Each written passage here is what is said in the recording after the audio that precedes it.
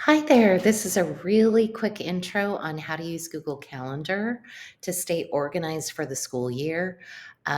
You may have used Google Calendar in the past, or you may have noticed that for your teachers that do use Google Classroom, that maybe activities or different due dates for different assignments might come up in your calendar, and you may have noticed this. But for those of you that haven't really engaged with using Google Calendar to stay organized and remind yourself of due dates, especially if you find yourself procrastinating or forgetting due dates, this is a really good tutorial to watch. So let's get started. I'm just going to go through 4 steps to the basics of using Google Calendar.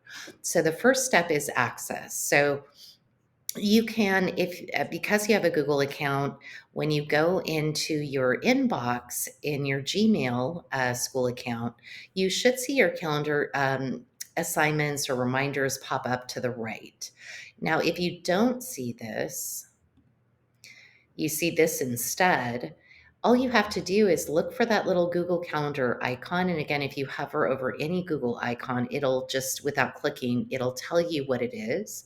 And you can click that. You can also maximize it by clicking this, or minimize it again and get it out of your way by clicking the X.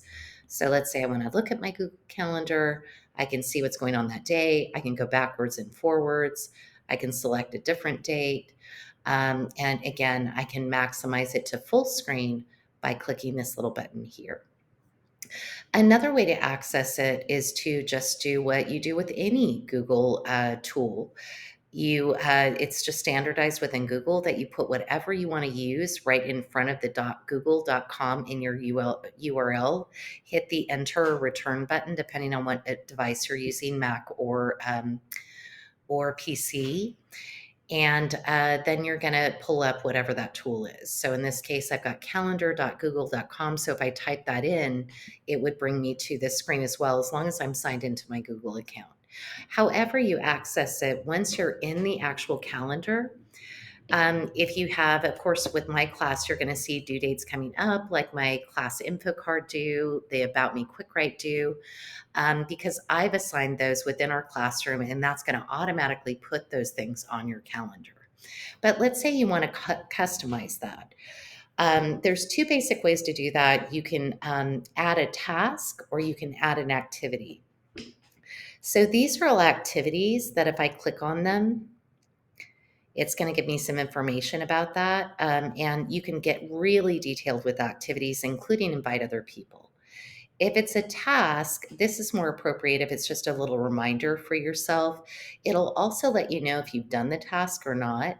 And you can click on the task, and then you can also open other tasks, and it'll open up all those tasks like a list of kind of like a to-do list for yourself over here.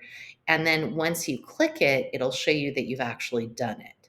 So tasks are more like reminders for yourself, that you can use at any given point and use it as a checkoff list. Once I check it, then it's going to disappear off my calendar. Whereas activities will not disappear until I actually delete them or until the day has passed. So let's say that I want to remind myself to study with another student or a group of students on the Wednesday of the kind of second week of school. I want to get together to study for a test. If I just click that box, whatever date box I click in, just left click in, it's going to kind of create a kind of placeholder here until I actually add the title and the details and save it. It's not going to save it. I can close it back out if I change my mind. But let's say I want to create that study session. So I click on the day and the date that I want to add that. And let's say I'm going to go study for English vocab. Now that would be really appropriate for just creating a task. See, when I click on that date, it gives me an option for the task too. But let's say in this case, I want to invite some other people. So at this point, I can do a little bit of modification on the date. I can add a particular time, can be all day, or I can select a time. Let's say I want to do it right after school at 4 p.m. I can set an end time by clicking here. Let's say we want to go all the way to an hour and a half to 5:30. I want to let people know that might be coming late that, hey, we'll be there till 5:30. And then I can select whether it's going to repeat or not, daily, monthly, annually, whatever, or do a custom repeat. In this case, maybe I don't know if we're going to meet again, but I'm going to go ahead and select that it does not repeat.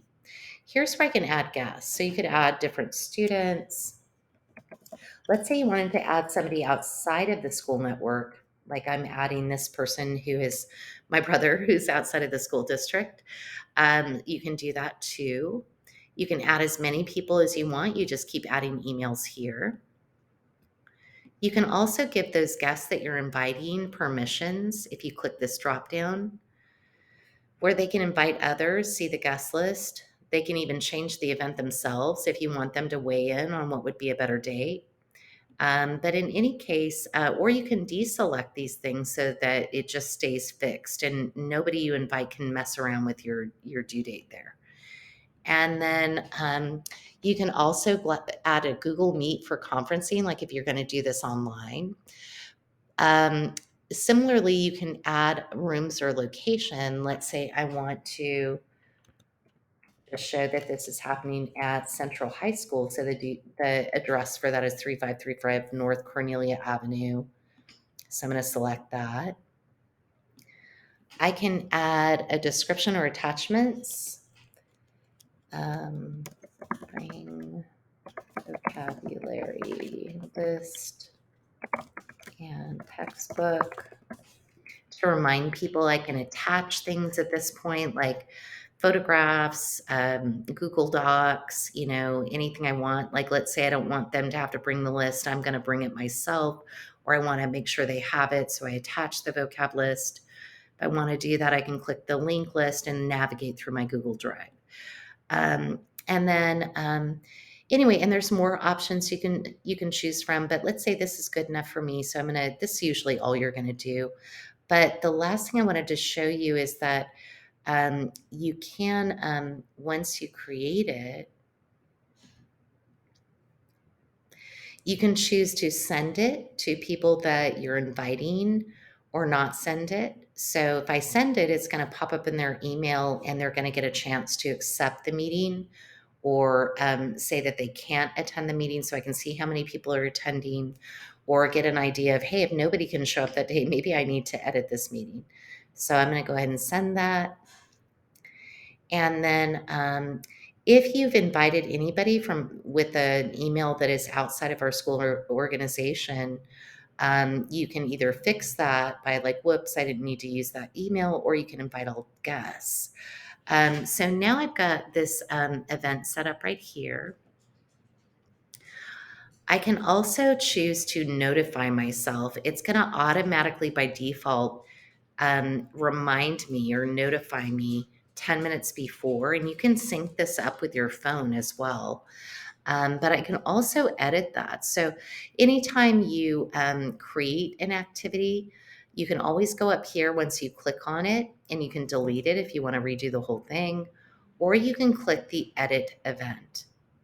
So in my case, maybe I'm like, you know what? I really want to get a notification, maybe 30 minutes before the event,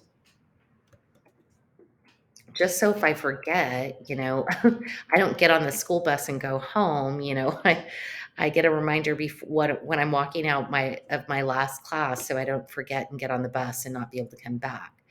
And this can be set to hours, days, weeks, whatever, even if you want to give yourself a day's heads up, a day in advance or whatever you want to do. Once you make those changes, then you just go ahead and save it. When you change anything, you may want to email your guests again. But in this case, I'm just changing the notification for myself. So, and will for them too. But they don't need to respond to this or worry about this. So I'm just going to go ahead and click don't send. Okay, so hopefully that helps you a little bit with staying organized and creating different events, especially for your teachers that don't use Google Classroom, where it's not automatically going to go on your calendar. And remember, you can still use just tasks. Like, let's say I want to remember to bring my project On Friday for my English class, because I have to present it, I can always select the day before, select a task to remind myself, pack English project so I don't forget it at home. And then I could just kind of, add a time here, or I could just select all day reminder. But let's say I know I usually study or look at my email at night as far as homework around, um, like after dinner around like maybe 7 p.m. or something like that. So I could set that at 7 p.m.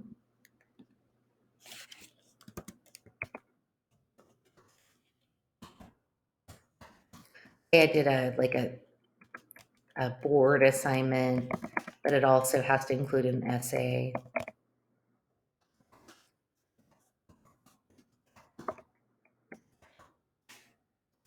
Oops, for a presentation tomorrow.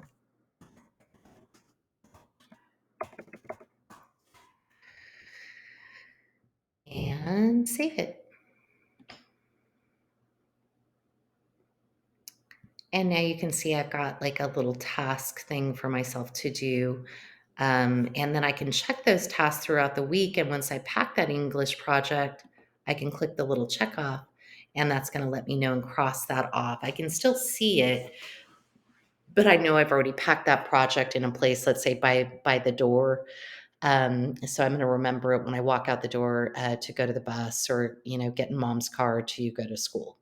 All right, let me know if you have any other questions, but at least that's the basics. And please give this a try. You could write things down all you want, but those things can be lost. Whereas if you try to start organizing digitally, it can really make a big difference in remembering things and staying organized and being able to see it in a big kind of view, not only over the course of a month, but go backwards and forwards for long term projects too by using these little arrows and looking ahead to things that might be coming up that you want to remember.